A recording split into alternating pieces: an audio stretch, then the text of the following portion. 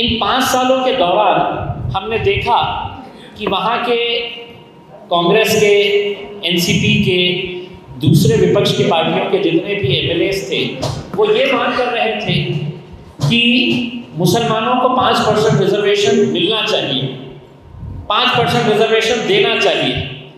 Court का हवाला दिया जा रहा था कि हाई कोर्ट ने है तो ये इजाज़त दी है कि मुसलमानों को 5% रिजर्वेशन एजुकेशन के अंदर मिलना चाहिए करके।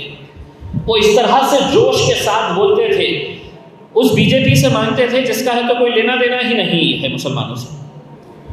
आज जब यही हुकूमत के अंदर आ गए हैं तो आपने देखा है कि पिछले 2-2.5 सालों के अंदर कितनी मर्तबा कौन से मंत्री ने मुसलमानों के रिजर्वेशन के ताल्लुक से कोई जिक्र किया हो। झूठे मुंह ही सही, लेकिन कोई बात करने के लिए तैयार नहीं है। हम मुंबई जा रहे हैं उनको ये याद दिलाने के लिए कि तुमने जब विपक्ष में बैठे थे तो तुम्हारा क्या मांग थी, आज सत्ता में आने के बाद गिरगिट की तरह कैसा रंग बदल दिए हैं। ये उनको याद दिलाने के लिए हम जा रहे हैं। तिरंगा इसलिए लहरा रहे हैं कि हम इस मुल्क में रहते हैं, इस मुल्क के अंदर हमारा भी इख्तियार है, अधिकार है, और वो अधिकार हमको मिलना चाहिए। ये एक मुद्दा है। दूसरा मुद्दा ये है कि महाराष्ट्र में 93,000 एकड़ ज़मीनें वक्फ की है। 93,000 एकड़। ये ज़मीनें क्या सचमुच ही वक्फ बोर्ड के पास है? तो जवाब मिलेगा नहीं, महज कागज़ों के ऊपर है। ये ज़मीनें हैं तो पूरी तरह से हड़प ली गई है, बेच दी गई है। और गवर्नमेंट चाहे किसी की भी हो, मैं तो हम दावे के साथ कहते हैं कि सबसे ज़्यादा वक्फ की ज़मीनों की धांधलियाँ जो की गई है वो कांग्रेस और एनसीपी के दौरे हुकूमत में की गई थी। करोड़ों रुपए की ज़मीनें बंदरबाट किया गया था उसका, और वो ख़त्म कर दी गई। इन 93,000 एकड़ ज़मीन की देखभाल करने के लिए पूरे महाराष्ट्र में कितने लोगों का स्टाफ है? तो महज 23 लोगों का स्टाफ है। 23 यानी कि इसका मतलब साफ है कि जो हमारी ज़मीनें हैं उसको कैसे ख़त्म किया जाए। पूरी तरह से ये जो मुसलमानों का इख्तियार है, उसके ऊपर हक है, अधिकार है, वो पूरी तरह से ख़त्म करने की सभी सरकारों ने कोशिश की है। ये एक उनको याद दिलाने के लिए हमने पिछले वक्त हम गए थे मुंबई में जाके, जो सत्ता में बैठे हैं हम उन्हीं से मांगेंगे। तो आज सत्ता में बैठे हुए हमने पवार साहब के साथ मीटिंग करी और हमने ये कहा कि आप महाराष्ट्र वक्फ बोर्ड को 500 करोड़ रुपए का पैकेज दीजिए, ताकि जितनी हमारी जो खुली ज़मीनें हैं उसके ऊपर हम कमर्शियल स्पेसेस बना सकते हैं, स्कूल्स बना सकते हैं, तालीमी इदारे हम खड़े कर सकते हैं। तो इन मुद्दों को लेकर हम पूरे महाराष्ट्र से गाड़ियों का काफिला 27 नवंबर के दिन वहाँ पर जाएगा, और सिर्फ वहाँ पर मुंबई में पहुँचेंगे ऐसा नहीं है। मुंबई में जाने के बाद ये गाड़ियों का जो काफिला वहाँ पर पहुँचेगा तो एक सभा के रूप में उसको कन्वर्ट किया जाएगा। एक पब्लिक मीटिंग वहाँ पर होगी, और उस पब्लिक मीटिंग के अंदर असदुद्दीन अवैसी साहब और अकबरुद्दीन अवैसी साहब, ये दोनों को ही वहाँ पर हम दावत दे रहे हैं। असद साहब ने अपना कंफर्मेशन दे दिया है। इंशाअल्लाह हम अकबर साहब का भी कंफर्मेशन लेंगे। सभी की ख्वाहिश है कि अकबर साहब ने भी आना चाहिए करके। तो ये हमारी मांगों को लेकर हम 27 तारीख के दिन पहुंचने वाले हैं। हमको ऐसा लगता है कि हमको एक खिलौने की तरह इस्तेमाल किया जाता है, और जब सत्ता में आते हैं तो कुछ अलग रंग दिखाते हैं, विपक्ष में रहते हैं तो कुछ अलग रंग दिखाते हैं। तो उनको अपनी हकीकत दिखाने के लिए ये हम करेंगे। अगर हम वहाँ पर बहुत अच्छे तरीके से प्लानिंग के साथ है तो ये 27 तारीख का हमारी जो चलो मुंबई का नारा दिए है, हर ज़िले से, हर तालुके से, हर गांव से आप देखेंगे कि गाड़ियाँ निकलेगी, तिरंगा लहराते हुए मुंबई की तरफ कूच करेगी। इसके लिए अलग अलग कमिटीज़ बनाई जाएगी। जो रूट रहेगा उस रूट के ऊपर तमाम हमारे लोगों को खाने पीने का, चाय की जो भी सहूलियत रहेगी वो सब प्रोवाइड करने के लिए अलग अलग कमिटीज़ बनाई जाएगी। जो हमारे एमएलए साहब हैं उन लोगों के साथ मीटिंग करके, फैयाज साहब के साथ मुंबई में एक मीटिंग करके हम लोग इसको एक बहुत अच्छा शेप देंगे। और इतना यकीन दिलाते हैं कि महाराष्ट्र के इतिहास के अंदर किसी ने ऐसा नज़ारा नहीं देखा होगा कि पूरा महाराष्ट्र मुंबई की तरफ जाएगा तिरंगा लहराते हुए। तो आप लोगों का भी सहकारियत की ज़रूरत है। तो आज की मीटिंग के ताल्लुक से ये कुछ अहम फैसले लिए गए थे। आप लोगों के अगर कुछ सवाल है तो यकीनन इंशाअल्लाह उसको असदुद्दीन अवैसी साहब जवाब देंगे। ब्रीफ करें, हम बात करेंगे। हाँ, आप थोड़ा सा ब्रीफ करें। नहीं हो गया इम्तियाज साहब तो पूरा आज की बैठक का पूरा बोल दिया इम्तियाज साहब। अगर आपको कोई सवाल है तो बताइए। कारपोरेशन की इलेक्शन जो है वो सामने है, एमआईएम कैसी ताकत से इस इलेक्शन को लड़ेगी और आपको क्या कामयाबी की अपेक्षा है? नहीं, हमारे पास कंसिस्टेंटली हमारे संगठन पर, हमारे ऑर्गेनाइजेशन पर पूरी तरीके से काम चल रहा है और उसका रिव्यू भी आज हम लिए हैं। और पूरा हमारे जो संगठन के, ऑर्गेनाइजेशन के, तंजीम के जो ज़िम्मेदार लोग हैं, प्रेसिडेंट हैं, जनरल सेक्रेटरी है, उनसे हम डिटेल में बात किए और कैसा इलेक्शन में हम तैयारी आगे बढ़ेंगे, कैंडिडेट्स का सिलेक्शन उसमें है और वो लोगों का काम कैसा हो रहा है, तो सब पे माइन्यूट तरीके से बातचीत हुई है। और हमको उम्मीद है कि इंशाअल्लाह ताला जब कभी भी महाराष्ट्र में ये इलेक्शन होंगे, एमआईएम पार्टी का बहुत अच्छा परफॉर्मेंस रहेगा।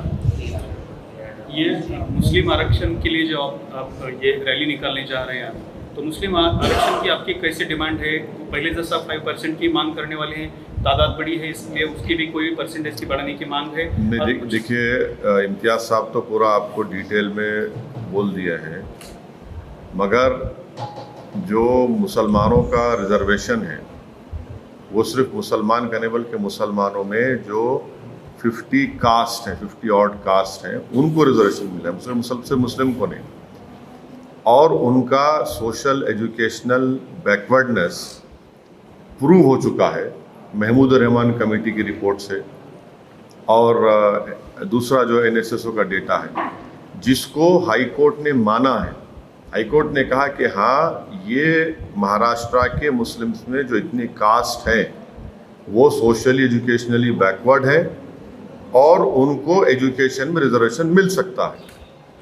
वो एम्प्लॉयमेंट के खिलाफ नहीं थे, मगर क्योंकि एम्प्लॉयमेंट की सीलिंग 50% ऑलरेडी क्रॉस हो चुकी थी, इसलिए कोर्ट ने कहा कि एजुकेशन में दे सकते।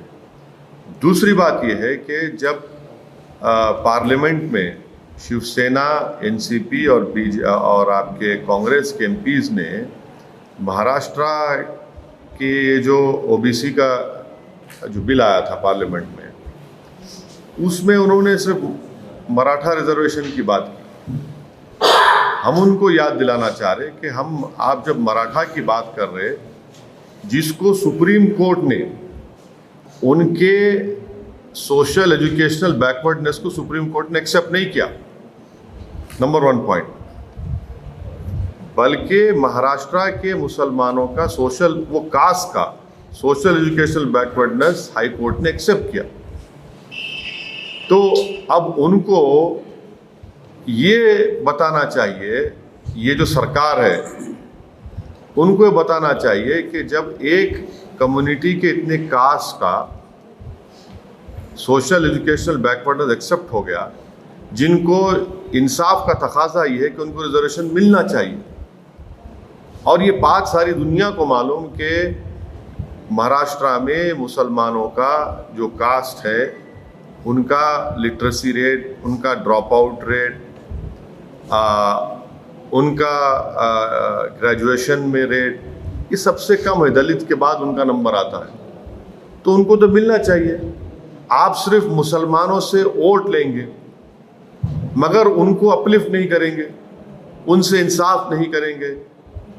एजुकेशन में अगर कोई कम्युनिटी उठ जाएंगी तो वो खुद एक बहुत बड़ा एम्पावरमेंट होगा। ये जो मौजूदा सरकार है वो कंप्लीटली महाराष्ट्र के मुस्लिम्स के एम्पावरमेंट के लिए काम नहीं कर रही है। और एक अहम बात यह है कि आपको याद होगा कि जब महाराष्ट्र के विधानसभा के चुनाव चल रहे थे तो उस वक्त एमआईएम पार्टी पर एनसीपी और कांग्रेस ये कहकर वोट ले रहे थे कि मजलिस को वोट मत दो, असदुद्दीन ओवैसी या इम्तियाज़ जलील या एमआईएम के लीडर्स के बात में मत आओ, वरना अगर तुम वोट दोगे तो शिवसेना और बीजेपी को फायदा होगा। चुनाव होने के बाद अचानक ये तीनों मिलकर एक दूसरे से शादी कर लेते, निकाह कर लेते, ये कौन सा सेकुलरिज्म है? ये कौन सा सेकुलरिज्म है? आप तो महाराष्ट्र की जनता को धोखा दिए, स्पेशली महाराष्ट्र के मुसलमानों को धोखा दिया आप मुझे मेरा डर दिलाकर, एमआईएम का खौफ दिलाकर आपने वोट तो बटोर लिया, मगर जाकर झोली में डाल दिया शिवसेना के। तो ये इनकी हिपोक्रेसी है। मगर आज हम जो डिसाइड करें इसका डिसाइड करें, और 27 तारीख की मीटिंग होगी नवंबर में इंशाल्लाह। मगर एमआईएम पार्टी ये सरकार से इमीडिएटली डिमांड करती है कि महाराष्ट्र के मुस्लिम्स को रिजर्वेशन जो हाई कोर्ट ने क्लियर कर दिया उसको दिया जाए, इमीडिएटली दिया जाए उसको आपको रोकने की जरूरत नहीं है। अगर आप सच्चे हैं, अगर आप सिंसियर हैं अपनी बात में, तो इसको इम्प्लीमेंट करिए। और ये होना चाहिए, ये जस्टिस का एक सवाल है और हम देखेंगे। सर, जैसा कि महाराष्ट्र में आपने मुसलमानों के अपने आवाज़ उठाई, उसका खैर मकदम है, लेकिन तेलंगाना में ही 12.5% रिजर्वेशन का ऐलान। तेलंगाना में अभी जो हमारे को रिजर्वेशन तेलंगाना मिल रहा है वो सुप्रीम कोर्ट का स्टे पे मिल रहा है, और हमारी असेंबली में हमने रेजोल्यूशन भी पास किया है, गवर्नमेंट ऑफ इंडिया को भिजाया है कि 50% कोटे को ब्रीच करो आप। ये बात मैंने पार्लियामेंट में भी कही थी कि 50% जो कोटा जो सुप्रीम कोर्ट बोल रहा है उसको सेंट्रल गवर्नमेंट एक लॉ बनाए, उसको ब्रीच करे। और हमारा डिमांड ये है कि पूरे देश में, पूरे मुल्क में जो आबादी का 50% हिस्सा है उनको आप 27% दे रहे, और जो 10% है उनको आप 20% दे रहे। तो ये नरेंद्र मोदी की गवर्नमेंट के लिए भी पार्लियामेंट में डिमांड किया कि आप 50% का जो है उसको ब्रीच करिए, लॉ लेकर आइए आप, क्योंकि आपके पास आज मुल्क में, देश में एम्पिरिकल डेटा है जो इस बात को बता देगा कि अदर बैकवर्ड कास्ट भी इसको डिजर्व करते हैं। मगर मुस्लिम आरक्षण का मसला है कि ऑलरेडी हाई कोर्ट क्लियर कर चुका है उसको। जिस दिन 50% का law government of India Modi लेके आएंगे, फैंटास्टिक, तेलंगाना में बढ़ेगा कोटा, क्यों नहीं बढ़ेगा। मगर आज आपको जो है मिल रहा है ना 4%, तो आपको जो मिल रहा पहले ले लेना, जो पहले मिल रहा उसको ले लो आप, उससे फायदा भी हो रहा उससे। आप कुछ बोल रहे थे सर? उत्तर प्रदेश और दिल्ली के इलेक्शन है, उत्तर प्रदेश में गए और वहाँ पर आप राजधर सिंह की पार्टी से आप अलायंस करने वाले थे, लेकिन वो छोड़कर चले गए। अब जो आपके सामने यहाँ पर भी, जैसे कांग्रेस ने, एनसीपी ने यहाँ पर प्रोपेगेंडा करी कि अगर आप वोट देते हैं तो बीजेपी आ जाएंगे, वहाँ पर भी नहीं। आप ये देखिए ना कि आज मेरे को बहुत मज़ा आ रहा, मैं बैठ के बोलते ना, इंग्लिश में क्या बोलते, वो क्या है, कांग्रेस लालू प्रसाद यादव को क्रिटिसाइज कर रही, उन्होंने बीजेपी से मिले हुए हैं। लालू प्रसाद यादव कांग्रेस को क्रिटिसाइज कर रहे कि इनकी वजह से हम सरकार नहीं बना सके। ममता बनर्जी आपके गोवा को जा रहे, तो कांग्रेस ये बोल रही कि इन्होंने डीलिंग कर लिए। ममता बनर्जी ये बोल रहे कि कांग्रेस में दम ही नहीं है। वो दिल्ली की पार्टी गोवा जा रही, पंजाब जा रही, तो कांग्रेस उनको बोल रही। अब हम ये पूछना चाह रहे कि भाई साहब, ये तुम में से कितनों ने डीलिंग कर ली? वो मुंबई के जबान में क्या बोलते उसको, मांडोली हो गई, वो कितनों ने कर ली मांडोली, बताओ मार। हम बिहार में लड़े, आप क्यों गए? बंगाल में हम नहीं जीते, आप क्यों गए? अब उत्तर प्रदेश में जा रहे तो अरे भाई तुम आपस में ही तुम एक दूसरे को गाली दे रहे। तो ये इनको एक्सपोज करता कि बस आप हमारे टेरिटरी में नहीं आते। जैसे ये एक फ्यूडल लैंडलॉर्ड्स हैं, लोग फ्यूडल लैंडलॉर्ड्स हैं, ए तुम कैसा है भाई, गया फ्यूडलिज्म का जमाना चला गया, कोई नहीं रुकने वाला है। सर इसी से जुड़ा हुआ सवाल, एमआईएम के हिस्से में ही क्यों आता है वोट कटवा पार्टी? नहीं, इसलिए आता है, इसलिए लोग ये झूठा इल्ज़ाम लगाते क्योंकि कोई भी पार्टी, चाहे बीजेपी हो, शिवसेना हो, कांग्रेस हो, एनसीपी हो या आपके समाजवादी पार्टी हो, वो नहीं चाहते कि भारत के मुसलमानों का एक पॉलिटिकल लीडरशिप का प्लेटफॉर्म बने या पॉलिटिकल लीडरशिप क्रिएट हो। वो सब समाज की लीडरशिप चाहते, मगर अगर किसी एक समाज का पॉलिटिकल एम्पावरमेंट नहीं चाहते तो मुसलमान का है। ये हकीकत है। सबको बोलेंगे हाँ ये आपका नेता है, ये बरादरी का, ये जात का, ये कास्ट का, इसका लीडर है, मगर जहाँ मुसलमानों की बात आती है हमारे को बोलते हैं कि भाई साहब आपका काम ये है कि जनसभा से पहले आप चद्दर बिछाना, कुर्सियाँ बिछाना, और जब हम आएंगे नारे लगाना, कूद कूद के नारे लगाना, और जब हम डाइस पे आ जाएंगे तो एक फूल का माला पिनाना, हम तुम्हारे साथ एक गले में ठहर के फोटो ले लेंगे, उसके बाद तुम घर को जाके सो जाना। हम ये बोल रहे हैं कि अब कुछ नहीं होगा, हम कुर्सी पे बैठेंगे, अपने मुकद्दर के फैसले हम करेंगे। अगर भारत में हर कम्युनिटी, हर कास्ट को अपनी लीडरशिप बनाने का इख्तियार है तो भारत के बिगेस्ट माइनॉरिटी का ये हक पहुंचता, बल्कि उनको बनाना चाहिए अपनी पॉलिटिकल लीडरशिप। सवाल असदुद्दीन ओवैसी का नहीं है, सवाल देश के सबसे बड़ी माइनॉरिटी का है कि आप उनको कैसे बैकवर्ड रख रहे, हर एतबार से बैकवर्ड रख रहे और उनसे इंसाफ नहीं कर रहे। और भारत की जो जमहूरियत है उसकी तल हकीकत है, ये है, रियलिटी है कि जिस समाज और कास्ट के पास उसकी लीडरशिप है, पॉलिटिकल लीडरशिप, उसकी आवाज़ को सुना जाता। तो ये एक जर्निंग है, ये एक डेवलपमेंट है भारत की सबसे बड़ी माइनॉरिटी में, वो उसको रिफ्लेक्ट करता है, ये सब चीज़ों का आगे जो हम बढ़ रहे हैं। अलायंस की जब बात आती है तो आपका वंचित के साथ जो है अलायंस टूट गया था, तो उसके बाद आपने महाराष्ट्र में ऐसी कोई पार्टियां है जब? देखिए, वंचित से हम नहीं अलायंस तोड़े, हमारी तरफ से हम नहीं तोड़े। ये बात मैं ऑन रिकॉर्ड कई मरतबा कह चुका हूँ, आज भी कह रहा हूँ, और आज भी मेरे दिल में और कल भी इंशाअल्लाह ताला जब तक मैं जिंदा रहूँगा, प्रकाश अंबेडकर साहब के ताल्लुक से मेरे दिल में हमेशा हमदर्दी रहेंगी। मगर वो अलायंस हम नहीं तोड़े, हम तो अलायंस को कंटिन्यू करना चाहते थे। अनफॉर्चुनेटली वो डिसीजन ऐसा लिया। अगर फिर से उनका हाथ आपकी तरफ आता है तो क्या आप तैयार हैं उसके लिए? देखिए, politics is the art of impossible. तो अगर ऐसे हालात बनते हैं, कुछ होता है, तो ज़रूर आपको बताएंगे।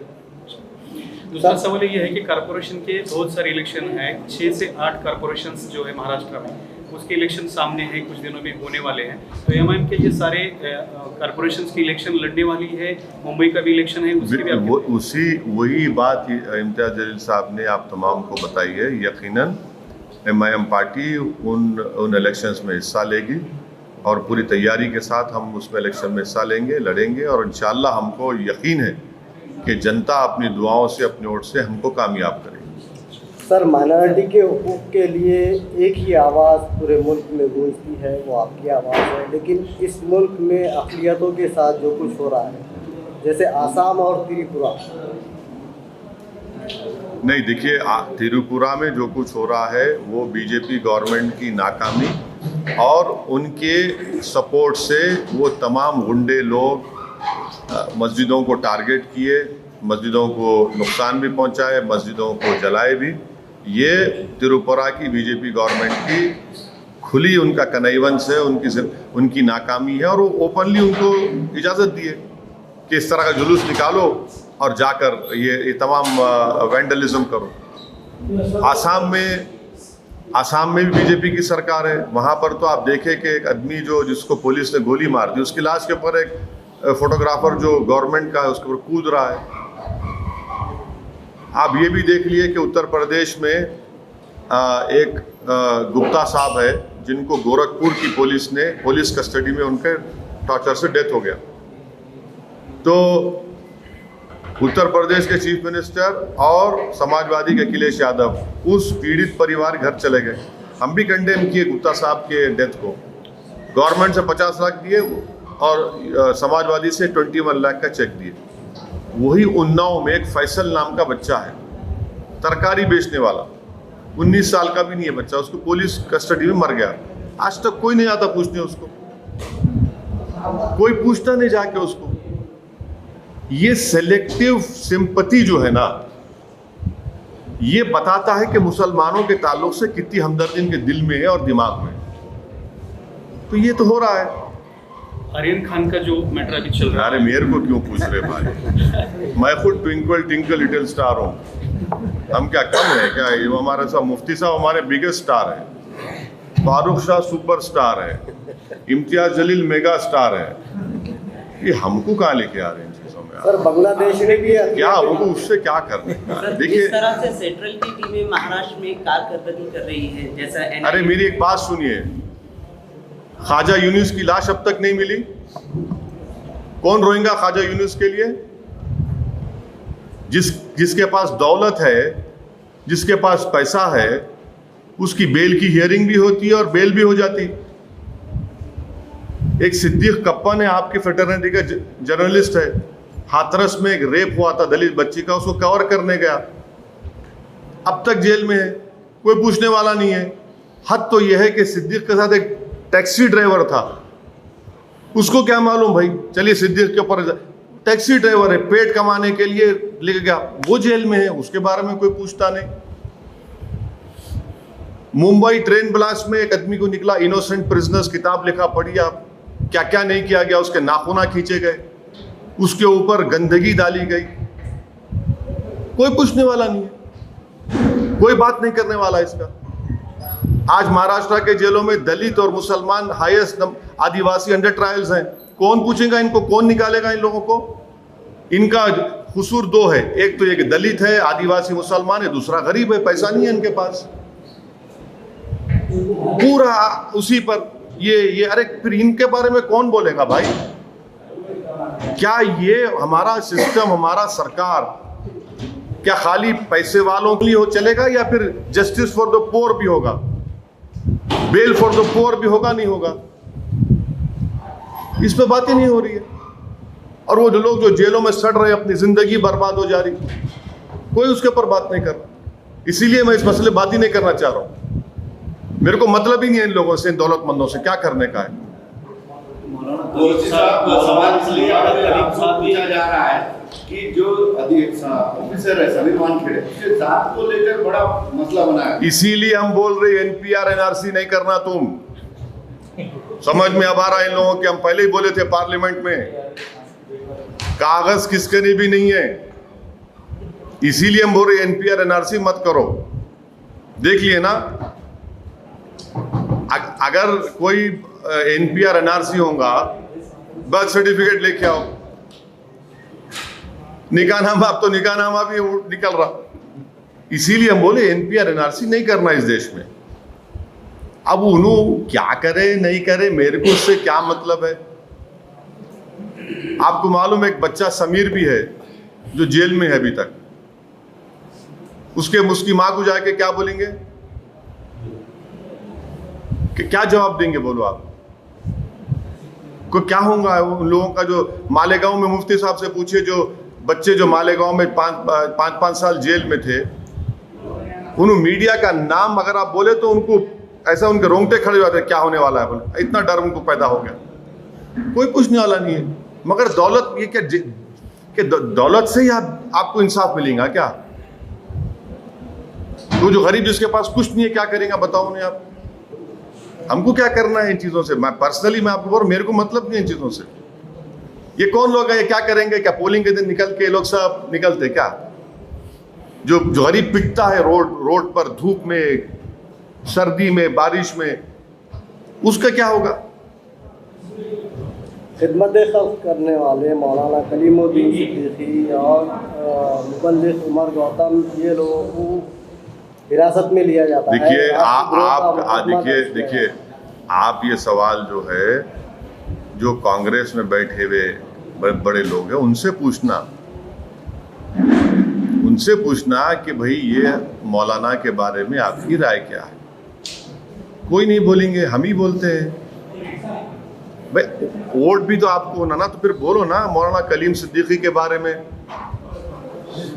कोई नहीं बोलता उनके बारे में, क्यों नहीं बोलते भाई आप? क्यों डरते आप बोलने के लिए? मुसलमानों का वोट होना, मगर मुसलमानों पे जो जुल्म होगा, नाइंसाफी होंगी, तो उस पर आप लबकशाई नहीं करेंगे, जबान नहीं हिलाएंगे, कोई अल्फाज नहीं बोलेंगे। तो यहाँ पर तो महाराष्ट्र में तो जो ड्रामा हुआ सेकुलरिज्म का, सेकुलरिज्म की धज्जियां उड़ा दी कांग्रेस एनसीपी। और कांग्रेस तो 15 साल हुकूमत करके नंबर 3 की पार्टी हो गई माशाल्लाह। नजरे बद से बचाए अल्लाह इनको। 1 से 3 पे आ गए, 15 साल हुकूमत किया, 3 नंबर पे आ गए। फिर भी हमको ही गाली देते। वो बोलते ना कि रस्सी जल गई बल नहीं गया, गिरे तो गिरे मेरी टांग ऊपर, बोलते हैं गिरो और गिरेंगे इंशाल्लाह।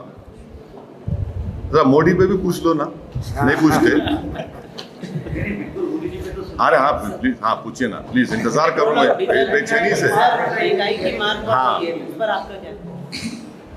आपके पास पेट्रोल की गाड़ी है क्या? हाँ, तो आपको तकलीफ हो रही। कितना मुंबई में कितना होगा? 113 रुपये लीटर। 115 देखिए, 115 117। मगर उसके बावजूद भी मोदी को वोट देंगे। 8 क्वार्टर से इकोनॉमी डाउन है, मगर क्या हो रहा है बताइए आप? हर पेट्रोल प्राइस इंक्रीज होने से हर कमोडिटी पे इंक्रीज हो चुका है।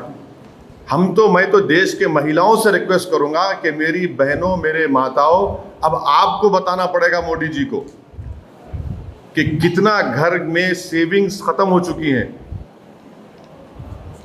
और ये बिल्कुल, ये तो अरे खुली छूट दे दिए, जो चाहे कि मैंने पेट्रोल बढ़ते रहेगा। उससे हर कमोडिटी पर, एसेंशियल कमोडिटीज पर, उसका प्राइस पर इम्पैक्ट पड़ रहा है, जिससे लोगों की आम इनकम जो कम हो चुकी है, बहुत बड़ा इफेक्ट पड़ रहा है। लोग बहुत मुश्किल में, लोग फिर भी लोग क्यों नहीं बोल रहे? हम तो बोल रहे हैं ना, कम से कम खिलाफ क्यों नहीं बोल रहे? वो हम तो वही तो आप यही बोलना चाह रहे हैं, वही तो हम बताना चाह रहे हैं आपको कि नरेंद्र मोदी अगर जीत रहे हैं, बीजेपी अगर पूरे देश में जीत रही है, तो मेरी वजह से नहीं, कांग्रेस, एनसीपी, ये सो कॉल्ड सेकुलर पार्टीज की वजह से बीजेपी जीत रही। ये तो उनको सोचना चाहिए। और ये दोनों पार्टियां जाते गोवा को, कोई तूफान नहीं उठता। अगर मैं अनाउंस कर दूं कि नेक्स्ट वीक मैं और मुफ्ती साहब एक मस्जिद में जाके खाली गोवा में नमाज पढ़ के आएंगे, खाली नमाज पढ़ के आएंगे, देखो आप शाम से शुरू हो जाता, अरे वोट काटने जा रहे, डील हो गई, फुला हो गया, ये हो गया।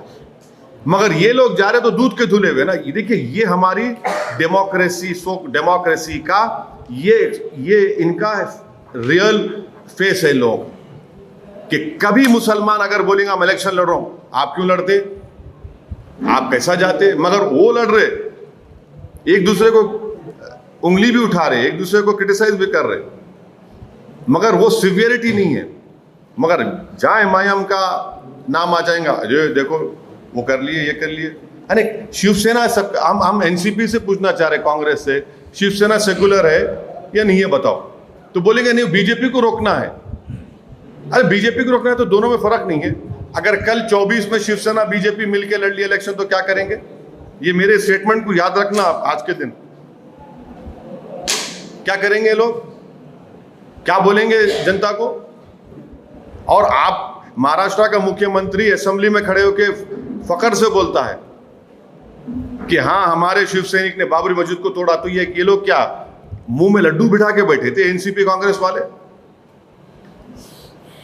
क्या उस वक्त कांग्रेस पार्टी ने रेजोल्यूशन पास नहीं किया था पार्लियामेंट में डिमोलिशन ऑफ बाबरी मस्जिद के ऊपर? आज आप सरकार में बैठे, आप एक लफ्ज नहीं बोलते। आप क्यों? सत्ता होना, ताकत होना, मिनिस्टरों का सवाल है।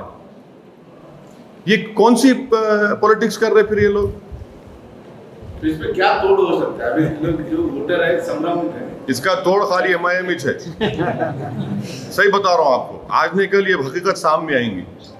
सर, जिस तरह से प्राइवेटाइजेशन हो रहा है देश में, उस पर आपका क्या कहना है? एग्जाम्पल दो आप। जैसे एयरलाइंस है, इंडियन एयरलाइंस को टाटा ने LIC है। कर दिया, फिर कई सारे देखिए, जहाँ तक LIC की बात है, हम लोग पार्लियामेंट में अपोज करें उसको, कंप्लीट अपोज करें। ये गलत हो रहा है, बिल्कुल गलत हो रहा है। LIC का प्राइवेटाइजेशन नहीं होना चाहिए। मुल्क के तारीखी आसार गिरवी रख दिए जा रहे हैं, प्राइवेट ठेकों पे दे दिए जा रहे हैं, जैसे ताजमहल है, लाल किला है और दूसरे तारीखी इमारतें। यही होता आपको जब 56 इंच को देख के वोट दिए तो। 3000 किलो जो ड्रग्स मिला है गुजरात में, अडानी के, हाँ, उसके बारे में क्या? अभी सुना कि उसमें 100 किलो कम हो गए। सर, देश में किसानों का मुद्दा बहुत आगे बढ़ रहा है, उस पर क्या कहना है आपका? नहीं, जो मोदी सरकार ने कानून बनाए वो अनकॉन्स्टिट्यूशनल है। नंबर 1, गवर्नमेंट ऑफ इंडिया को कोई राइट ही नहीं है एग्रीकल्चर पर लॉ बनाने का। वो स्टेट सब्जेक्ट में आता, स्टेट लिस्ट में आता। अनकॉन्स्टिट्यूशनल काम किए और वो किसानों के हित में भी नहीं है, किसानों के मफाद में नहीं है, काश्तकारों के मफाद में नहीं है। और वो कानून को जाना चाहिए, वो कानून खत्म होना चाहिए। इससे किसान का फायदा नुकसान होगा। पूरे आप बड़े बड़े अरबपतियों को आप फायदा पहुंचाना चाह रहे।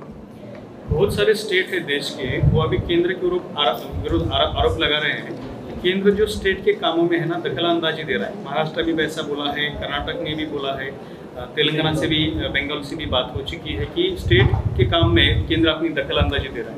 आपका क्या इसमें निरीक्षण है और क्या बताएंगे? नहीं, मेरा ये है कि कॉन्स्टिट्यूशन में स्टेट लिस्ट और यूनियन लिस्ट है।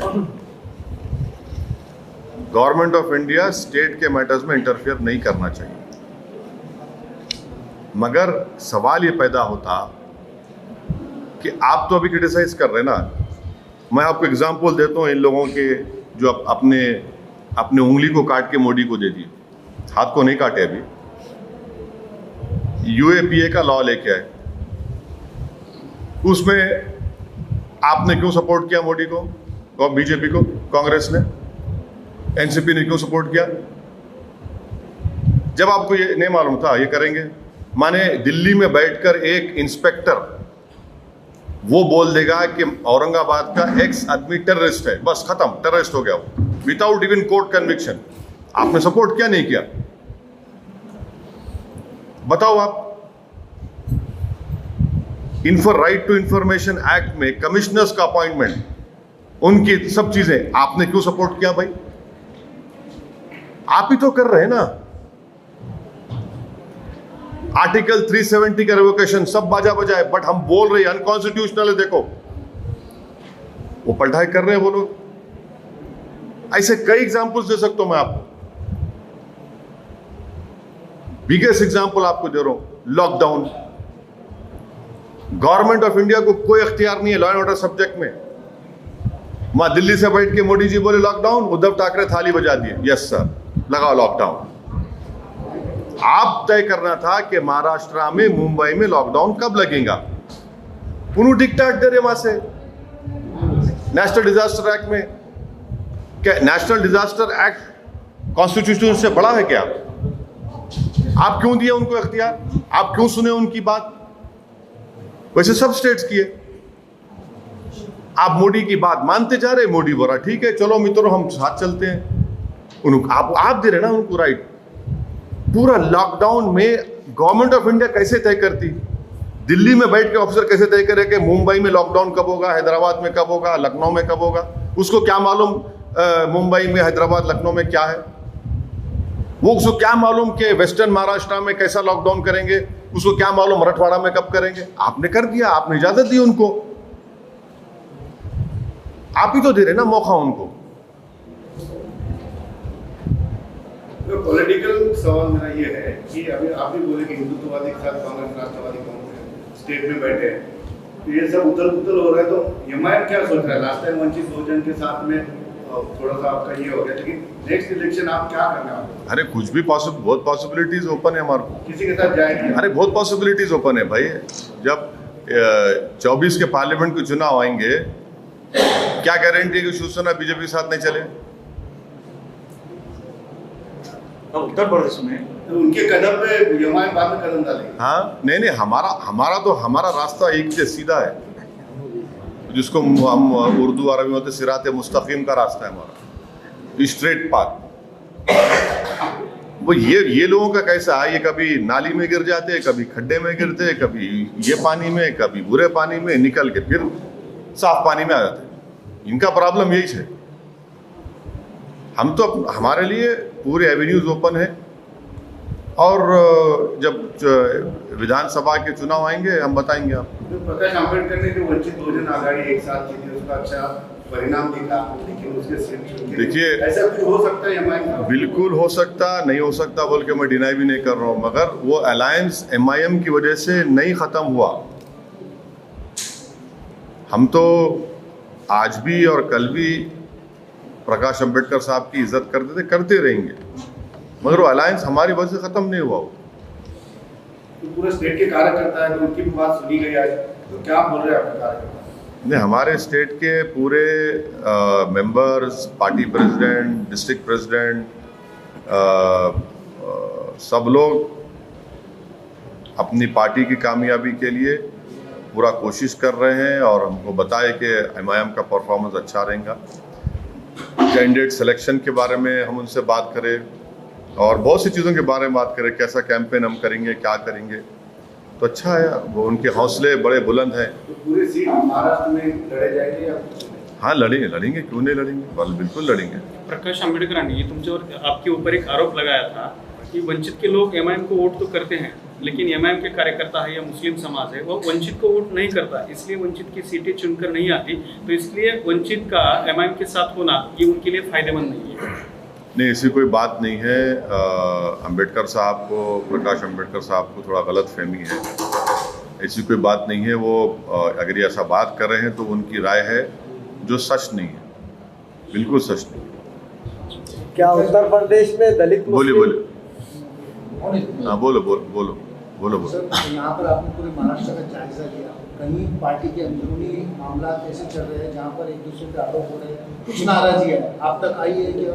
नहीं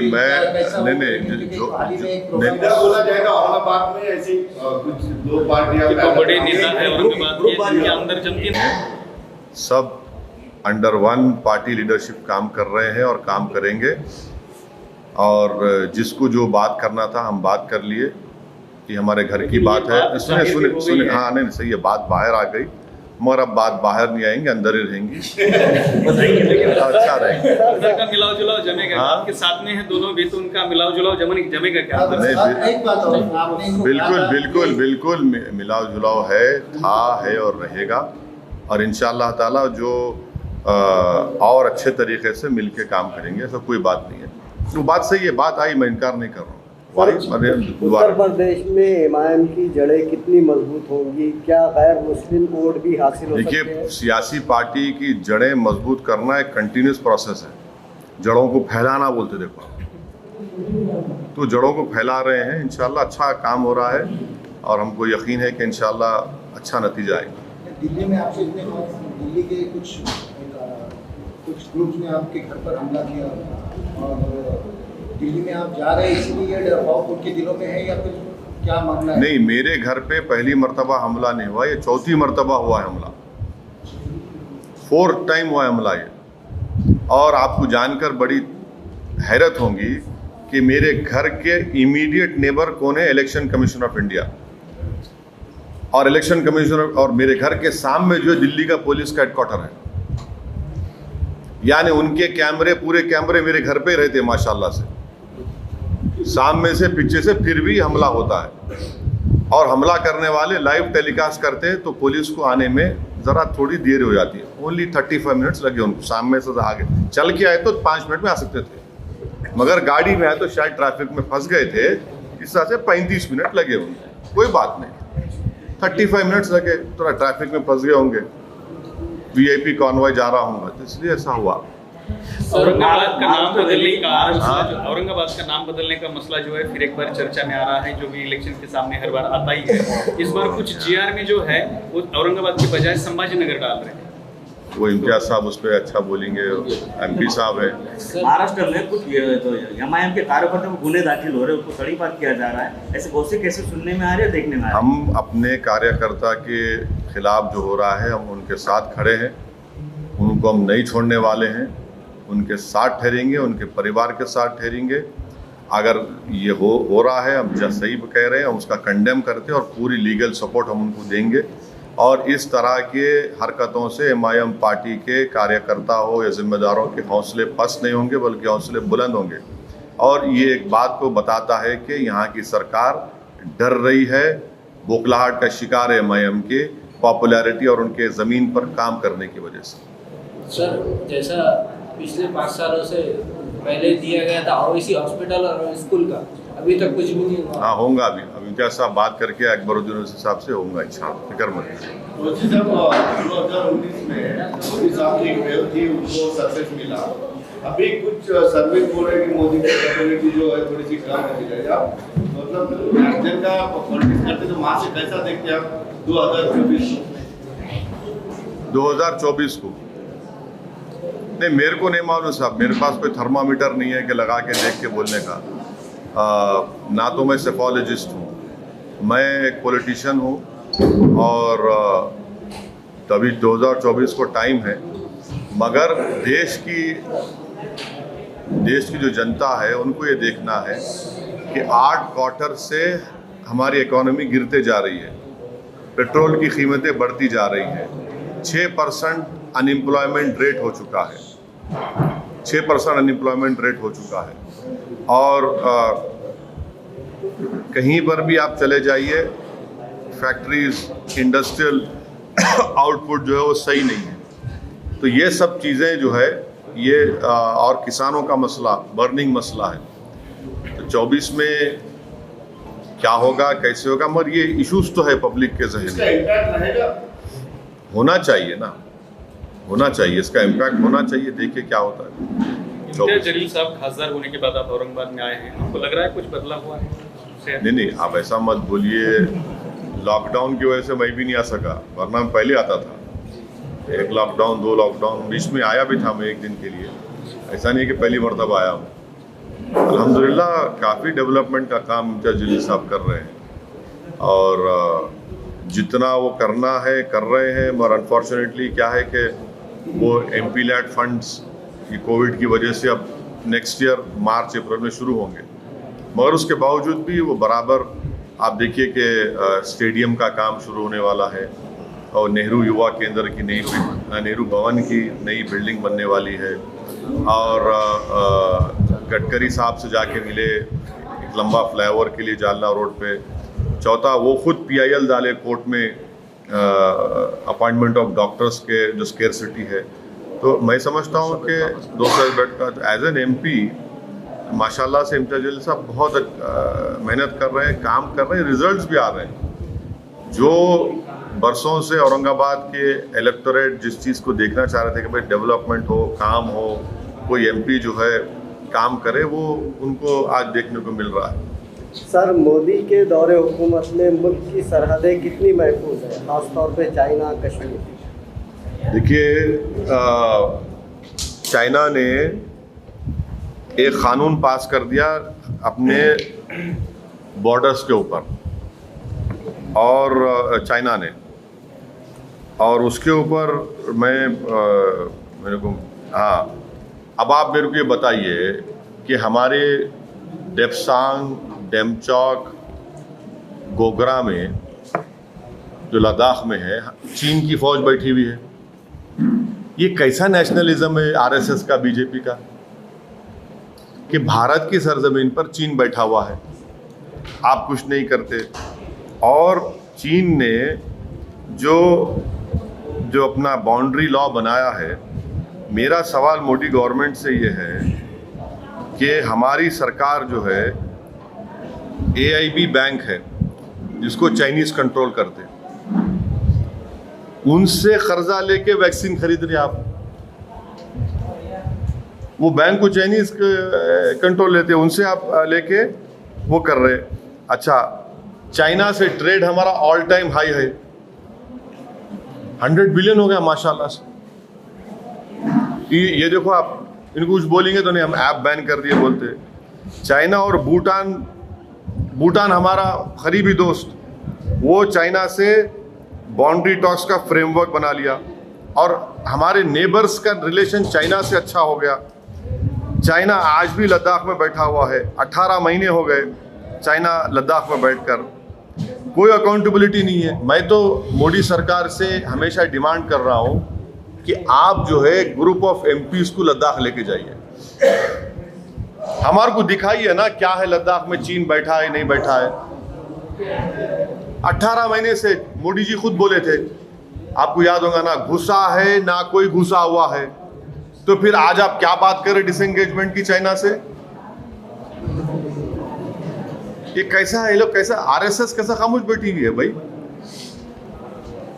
वहां पर चीन घुस के बैठा है भारत क्या, और हम पोंगसोंगसू लेक में ऐसा उनसे फ्रेमवर्क करें कि भाई एक एरिया बना दिए, ठीक है आप नहीं जाना, हम, अरे मैं अपने घर में नहीं जा सकता हूं, मैं अपने घर की जमीन में।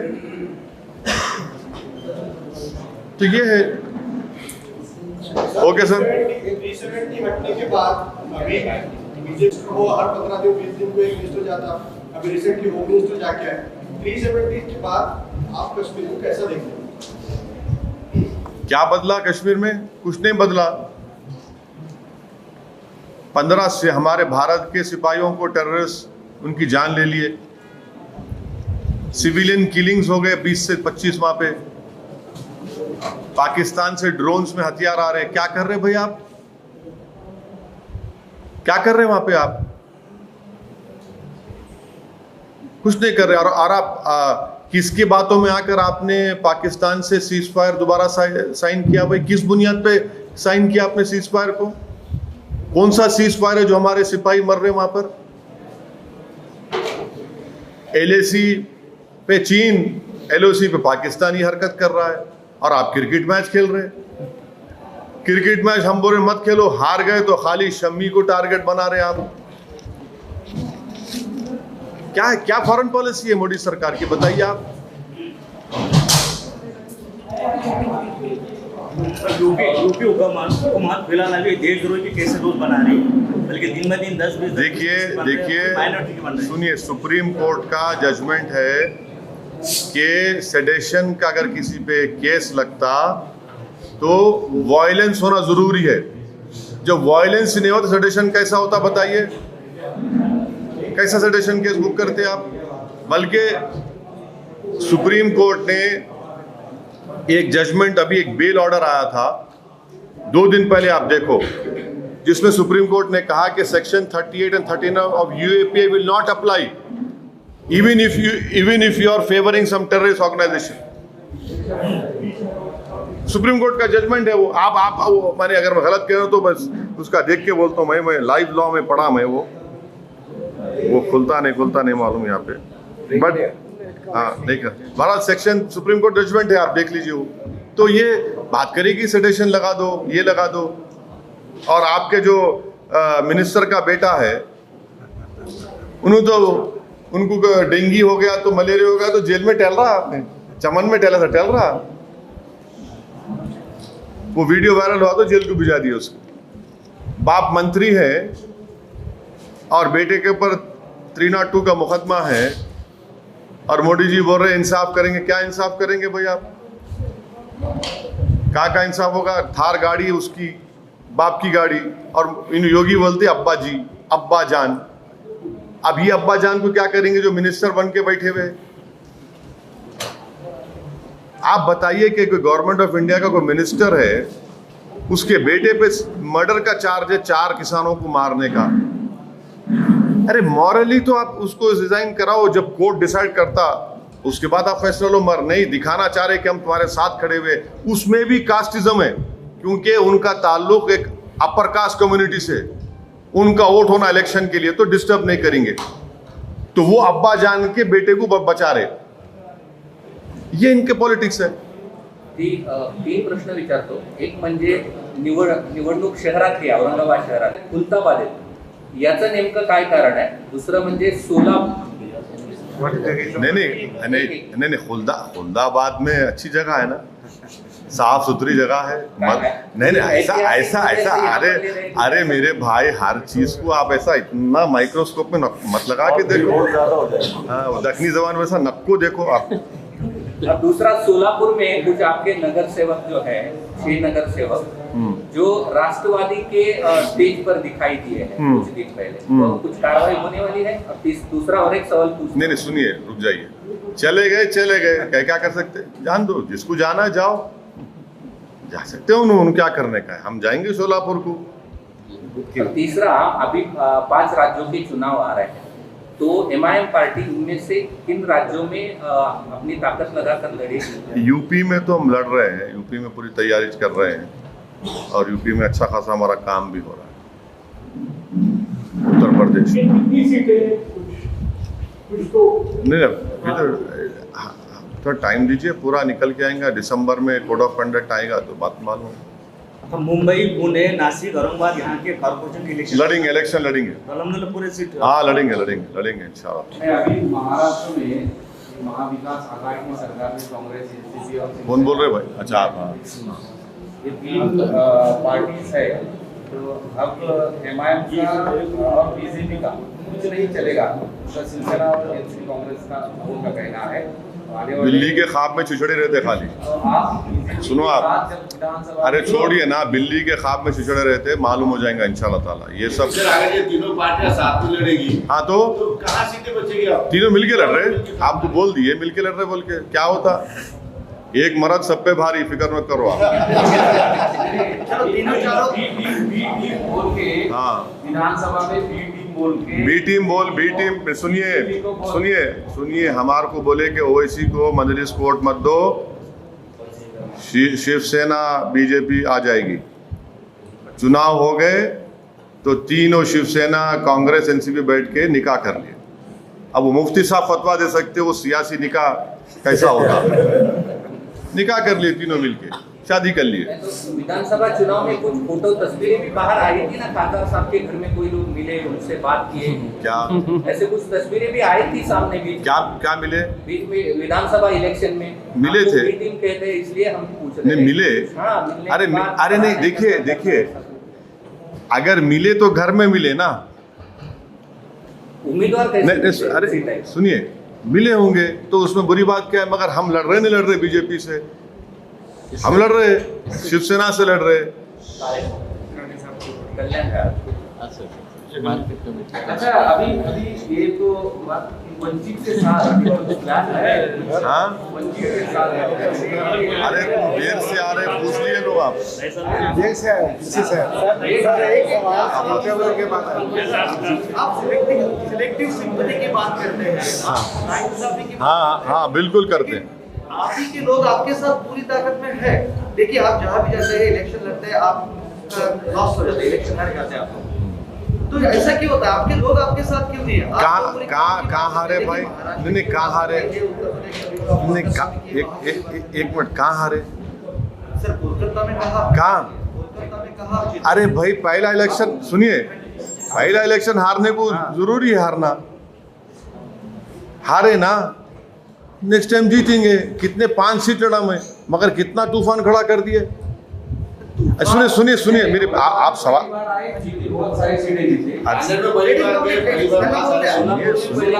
सुनिए तो सही। अरे सुनिए तो सही, इतना आप लंच नहीं करे होंगे, भूख लग रही होंगी, और मालूम है, धैर्य जरा, इतना तो मेरे को तो बोलने दीजिए, मेरे को भी भूख मिटाने दीजिए अपनी। हम 5 सीट लड़े, नहीं जीते, कोई बात नहीं, मगर कितना तूफान खड़ा करे। ऐसा देखा कि आसमान सर गिरने वाला है, मगर वही ममता बनर्जी अब कांग्रेस के लोगों को ले रहे, वही कांग्रेस इनको बोल रही जो हमको बोलती थी, वही ममता बनर्जी कांग्रेस को बोल रही जो हमको बोलती थी। तो ये क्या डीलिंग हो गई इन लोगों की? ये क्या डीलिंग है बताइए? आसाम के कांग्रेस के लीडर को ले लिए, क्या हुआ बताइए फिर? और गोवा में जाके ममता बनर्जी मीटिंग को एड्रेस कर रहे, लालू प्रसाद यादव कांग्रेस के खिलाफ इलेक्शन लड़ रहे, वही बिहार में हम 19 सीट लड़े, 5 जीते, 9 पे लालू कांग्रेस जीते, 6 पे एनडीए जीता। कितना तूफान मचा है। अब दोनों लड़ रहे, तो क्या है भाई? ये होली अलायंस है क्या? ये सवाल मेरा ये नहीं हम देखिए आपका आपके साथ है। हाँ, आप मुसलमानों की बात करते हैं, आप कौम की बात देखिए आपको लोग आपके साथ नहीं आपकी गलतफहमी दूर कर दे रहा हूँ। आप क्यों से मुसलमान हो रहे? मेरे साथ दलित भी है, मेरे साथ आदिवासी भी है, मेरे साथ हर वो आदमी है जो इंसाफ को पसंद करता। क्यों नहीं है भाई? बिल्कुल है। और आप चेंज देखते जाएंगे और चेंज होगा इंशाल्लाह माहौल। ये टर्नआउट में नहीं दिखता है इसीलिए नहीं, अरे टर्न आउट में भी दिख रहा भाई। देखिए 21 साल के शिवसेना को एमपी को कौन हराई? कांग्रेस हराई, एनसीपी हराई, औरंगाबाद की जनता हरा दी उनको। तो ये भी तो फैक्ट है ना। ओबीसी रिजर्वेशन को लेके काफी मैं बोल दिया ओबीसी के बारे में, आपके लिए फिर रिपीट कर रहा हूँ। हम बीजेपी गवर्नमेंट को ये चैलेंज कर रहे हैं कि अगर उनको ओबीसी से मोहब्बत है तो 50% लिमिट को ब्रीच करिए और भारत के कॉन्स्टिट्यूशन में अमेंडमेंट करिए, बिल लेकर आइए पार्लियामेंट में। क्योंकि जो समाज का 50% है उसको 27% कैसा मिलेगा रिजर्वेशन? ये तो नाइंसाफी है ना। जो 10% है उनको आप 20% दे रहे, ये क्या बात है भाई? तो 50% लिमिट को ब्रीच करना और ओबीसी में सब कैटेगराइजेशन होना जरूरी है। सब कैटेगराइजेशन होना जरूरी है। अभी थर्ड अलायंस बीजेपी के खिलाफ खड़ा करना चाहते हैं, तो कौन? मीटिंग भी कर रहे हैं। ममता जी हैं, शरद पवार है, बीच में मीटिंग भी हो रही है नेशनल लेवल पर। आपको कौन सा ऐसा चेहरा लगता है कि जो इन सब लोगों को इकट्ठा ला सकता है? किसके साथ जाना चाहिए, ऐसा कोई चेहरा आपको लगता है? अरे भाई, ममता बनर्जी कांग्रेस आजकल टक्कर में है, एक दूसरे को बोल रहे बी टीम, इनसे पैसा ले लिए, उनसे ले लिए। अब वो उनसे भी पूछ लो आप कौन सा चेहरा है, क्या है, मेरे को नहीं मालूम। लेकिन ये अलायंस सक्सेस हो सकता है। कौन सा? कहाँ का अलायंस? कौन सी आइडियोलॉजी पे बेस्ड रहेगा? जिसमें शिवसेना भी रहेंगी, अरे जिसमें शिवसेना भी रहेंगी। शरद पवार ऐसे चेहरा होगी क्या? हाँ, शरद पवार आइडियोलॉजी नहीं है, ट्रेंड ही नहीं हो सकता, ऐसा कहना आपका? नहीं, देखिए आप मेरे मुंह में अल्फाज मत डालिए। मैं जो बोल रहा हूँ मेरे मुंह में मेरी ज़बान है, आपकी ज़बान नहीं है। और मैं जो बोलूँगा सच बोलूँगा। और ये है कि अभी 24 को टाइम है।